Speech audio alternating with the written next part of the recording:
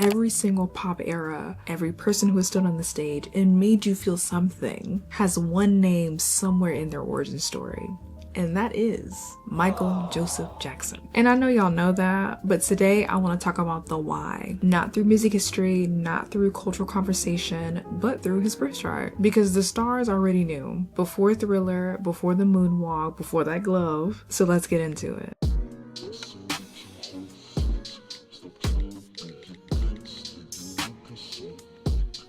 And hello gorgeous, welcome back to my channel, or welcome if you're new. I'm your girl, Ethereal Mother, where we use astrology as a lens to understand how humans shape the world. Today we are doing a lovely birth chart breakdown of Michael Joseph Jackson. And drop a moon emoji in the comments if you are a Michael Jackson stan. I want to see how many of us is in here. With his sun in Virgo, 6th House Stellium, Pisces Rising, Saturn at the Midheaven, and yes, we are going to talk about a little bit of pettiness because this chart did not miss, and neither do I. So before we get into the full breakdown, let's talk about one thing first, because I feel like people have this idea of Michael Jackson that he's very soft and childlike, which he is, don't get me wrong, but there is another side to him that is very calculated. And Michael Jackson was really the music industry gangsta, but he was very elegant. So here's what you need to know. Let's do some background. He has Sun conjunct Pluto and Virgo in the 7th house. Pluto is intensity, its power, and its control, and really fixing something at the root. And Virgo does not forget. Virgo keeps receipts and it's very patient. He also has his Mars in Taurus, which is a fixed earth energy, meaning that they are very slow to anger, but if you push them to that limit, you are going to forever be on that person's radar. And then if we had Saturn in the 10th house, the house of public life and legacy, Saturn responds to disrespect by fortifying the professional position. No tantrums, no drama, only strategy. So let's get into a little mess. Paul McCartney of the Beatles. And quick side note, I tried to research as much detail as I could, but there's something missing from the story, but we'll get into that in a second. So Paul McCartney was talking to Michael Jackson and he talked about publishing and how important it is to own these things, and that's how you can really make generational wealth. Now, Paul McCartney had the opportunity to buy back the Beatles catalog. He did not. He hesitated. And he was waiting for a discount for the Beatles catalog. Let that sink in. Which, anyway, and in a conversation, reportedly Michael joked and said, "I'll own your songs one day." And Paul McCartney laughed. I think that's what activated Michael Jackson's pettiness. Because something about him laughing feels like it was rooted in disbelief and ego, maybe a hint of racism. This was a white man from the UK, the original colonizers, and born in the 60s, so it's like, and this was a black man, aka one of his fiercest competitors. So it's like, of course this person would not be able to buy my songs, my catalog. Y'all, when that catalog of 251 Beatles songs went up for sale, guess who bought it? The Michael Joseph Jackson. And that is the Virgo-Pluto Saturn energy right there. And it's surgical. There was no announcement, nobody said anything. He simply, he made that phone call and that was it. And let me add another layer of context. Michael Jackson is a black man from Gary, Indiana, who came up in an industry that was not built for him, did not hold space for him. And he knew how much the industry exploited artists that looked like him. And he watched it happen to Little Richard, who had a massive hand in shaping the rock and roll genre to where he was one of the biggest voices that shaped the Beatles' early sound, stage energy, performance style, and even the way that Paul McCartney would sing. But let me say this about the Beatles. All right. I took the Beatles on this tour. They was making $50 a week a person. God bless the Beatles, and he did. I used to have to buy their steaks every day when we had steak. Yeah. John Leonard would come up and make all these big bills, and I had to pay them. I had the Beatles, I had Jerry and the Pacemakers, and a group called the Swingin' Blue Jeans. I had Mick Jagger and the Rolling Stones. He made his first tour. Nobody never heard of these people. Do these people send you a Christmas card? They send me more than Christmas cards. They're my friends. You know, I really don't want anything from them. All I want them to do is to spread what they got from me. Mm-hmm. You know, God gave it to me, and they got it from me, so just carry the good word over the world, that's all. I don't want nothing. I just want them to do what's right. Like James Brown, he was my singer in my band. He was with me. Yeah. Joe Tex was my singer. Otis Redding. Jimi Hendrix was my guitar player for 4 years. But you never hear about all of this from me. You know, everybody said, well, what did he do? I did it all, but don't nobody know nothing about it.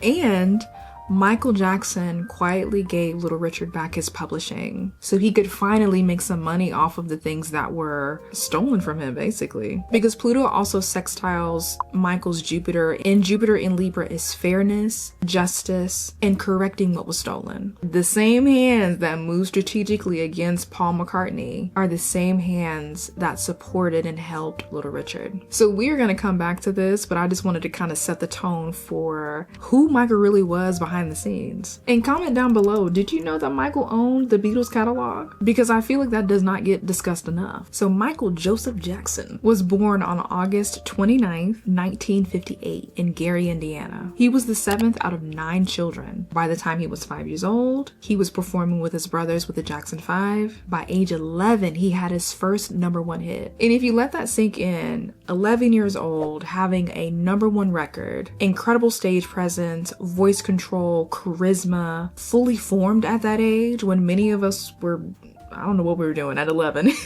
And later on, he released Thriller in 1982, which still remains one of the best-selling albums of all time. And this was before social media. Then you have the Thriller music video, which was 14 minutes long, and it is now preserved in the Library of Congress as a national treasure. His moonwalk was first televised while he was performing Billie Jean in 1983, and it really changed what it meant to perform. He did not just make music. This man created eras, and he built worlds, and his chart tells us exactly why he was wired and excited to do so. So Michael Jackson is a sun in Virgo, and in the context of artistry, it's about mastery as devotion, mastery as like a spiritual practice. Virgo is the sign of refinement, of repetition, of I will do this 1,000 times until I understand every single layer of this thing. And it's not perfectionism in the way that people think, it's more of a love affair with excellence. And we definitely see that in every single thing that Michael did. He was a student of movement, and the way that he studied individuals like James Brown, Fred Astaire, the way that he did his isolations, he didn't just want to dance well. He wanted to understand the mechanics of movement. And Beyonce, who was also a Virgo, has said multiple times that Michael is one of her greatest inspirations. And I think it's amazing because both of them share this commonality where technical precision transcends into something that is completely raw and emotional. And it's almost like you forget how many hours they spent building this thing, but you definitely feel it though. And this is the Virgo paradox. The more rigorous the discipline, the more invisible it becomes, and the more the results feel supernatural. His sun is also conjunct his Pluto and Virgo in the 7th house. The 7th house rules open enemies, relationships, partnerships, and engaging with the public or other. And so the sun conjunct Pluto gives him this transformative interaction with the public, with his fans basically. And he does not just entertain his audience, he really changes them at their core. Like if you see a performance of Michael Jackson, you feel different. This man stood still on stage for 15 minutes straight, turned his head, and 15 people had to go to the hospital. Like, my God. Also, Pluto in Virgo gives him this forensic memory. He knows who did what, when, where, and why. And he keeps receipts at all times. And the surgical precision of Virgo means that he does not act impulsively. He responds with precision, and time will forever and always be on his side. Now, this is where things get kind of interesting, because Michael Jackson has a stellium in his 6th house, and he has Mercury, Venus, Uranus,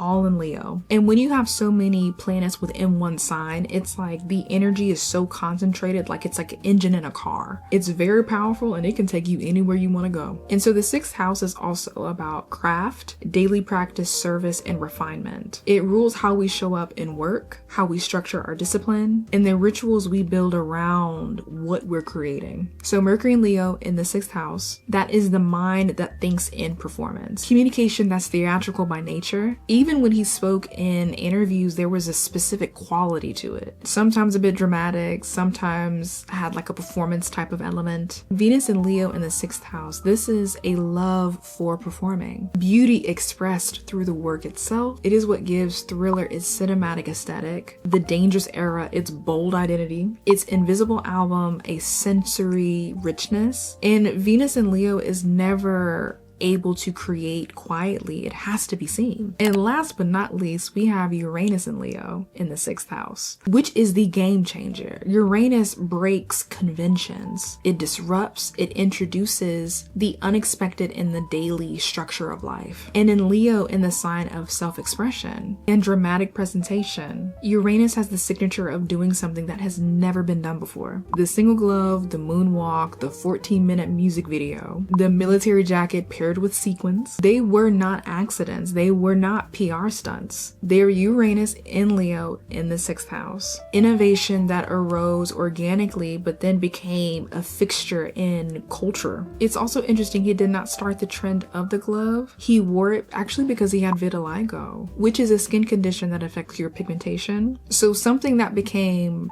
practical also became legendary and a signature for who he is. And that is Uranus energy, almost like converting someone into like a mythological figure. And every album that he released had a distinct era. The Thriller jacket and that red leather, the dangerous symbolism in architecture, the history monument imagery, the bad streetwear aesthetic. He was doing what we call world building, and this was decades before we had the cultural vocabulary for it. And again, Beyonce, you have the Lemonade era, Renaissance, Cowboy Carter, and the coherent visual albums that we have today definitely stands on the foundation that Michael Jackson built. And his stellium is the architect of that legacy. What was your favorite Michael Jackson era? Maybe a favorite performance, a favorite song?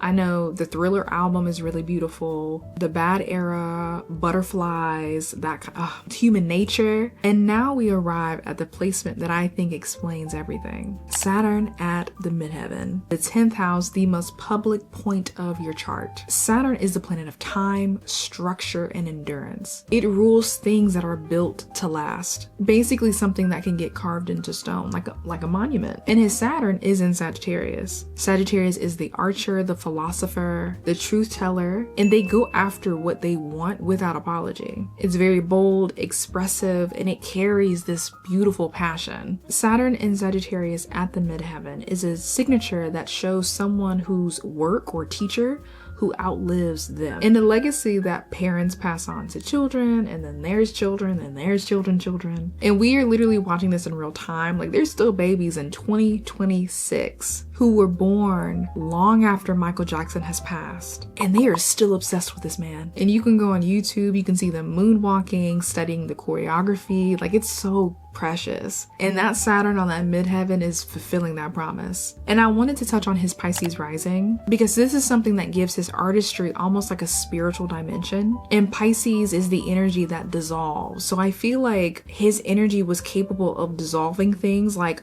time. His work and his creativity, his personality, his aura had the capacity to reach across divides, generational, racial, cultural, national, and make people feel something on a universal level. And this is Pisces rising at its highest expression. So altogether, you have Saturn, the architect, Pisces, the dissolution, the Virgo mastery, and he didn't just have a career, he built a mythology. He literally became, like I said before, a mythological figure. And people in 2026 are still studying this man's blueprint. And this is why the monument will always outlast trends. And really quick, if you are watching this breakdown and thinking, I want to know what's in my chart, then you are welcome to do a one-on-one session with me where we can dissect any patterns, any gifts, any blind spots. And I am someone who works at the intersection of astrology, emotional intelligence, neuroscience, and psychology, because your birth chart is one of the most powerful self-awareness tools that you could possibly look into. But the magic happens when you apply that knowledge for your life, your relationships, anything related to business or career, even your purpose. So the link is down below if you would like to book a reading with me. Okay, now back to Michael. So here's where I leave you. Michael Jackson has a Virgo sun that demanded mastery, a 6th house stellium in Leo that made every act of discipline a performance, a Pisces rising that dissolved the boundary between him